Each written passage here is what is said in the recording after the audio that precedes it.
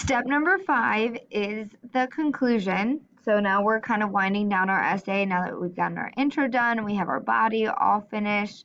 So we're going to jump down to the conclusion. There's two or three sections of the conclusion depending on how you look at it.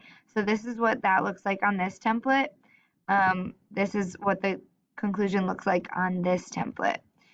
So the first thing that you guys need to do is to restate your thesis.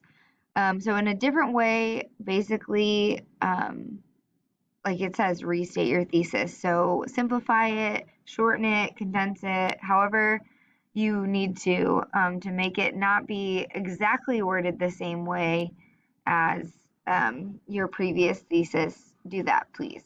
The other part of the first topic sentence or the topic sentence of the conclusion would be a transitional word or phrase. So I just gave you guys a couple. I like to use in conclusion or to conclude a lot because it shows the reader that you're ending. Like it tells them that you are concluding everything, that you are starting to wind down so they know what to expect. So again, the reason why we use transitional words and phrases is to be a nice writer so that the reader can understand the organization of the essay and make those connections.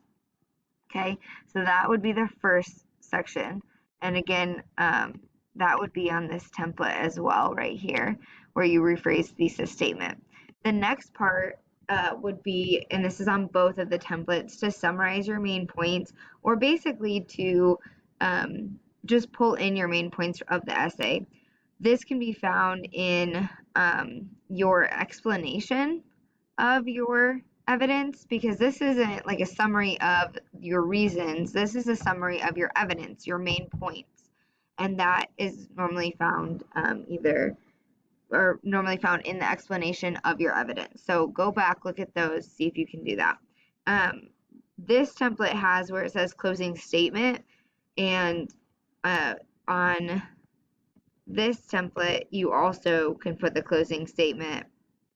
But basically for this, it just means what do you want your audience to remember? What's the takeaway from your essay? So something bold, something that they're going to remember at the end of the essay that's going to make them see your point.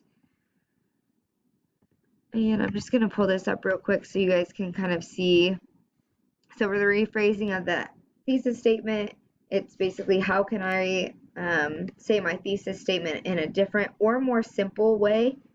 How can you reword it or rephrase everything? And then again, make sure that you are summarizing.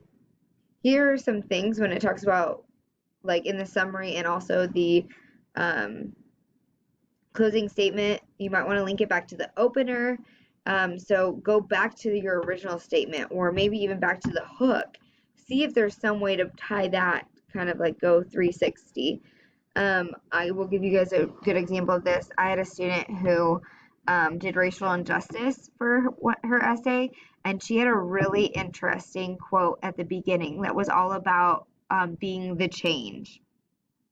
At the end, the very last sentence of her essay, she basically said, next time you see this, be the change, or some variation of that. And it tied it directly back to what she had said in the first place.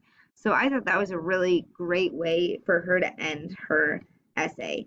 Now, not that you have to do that, or not that you used a quote for your opener, but that's just an example. Summarize your main points and restate your thesis. You guys already know that. And then ending with a twist. So end with a twist. This is just the wrap-up statement and causes the reader to nod in approval or smile in agreement. Sometimes this final thought is a call to action, asking for readers to get involved in supporting your point of view. So kind of like the example I already gave, she called them to action, to be that change.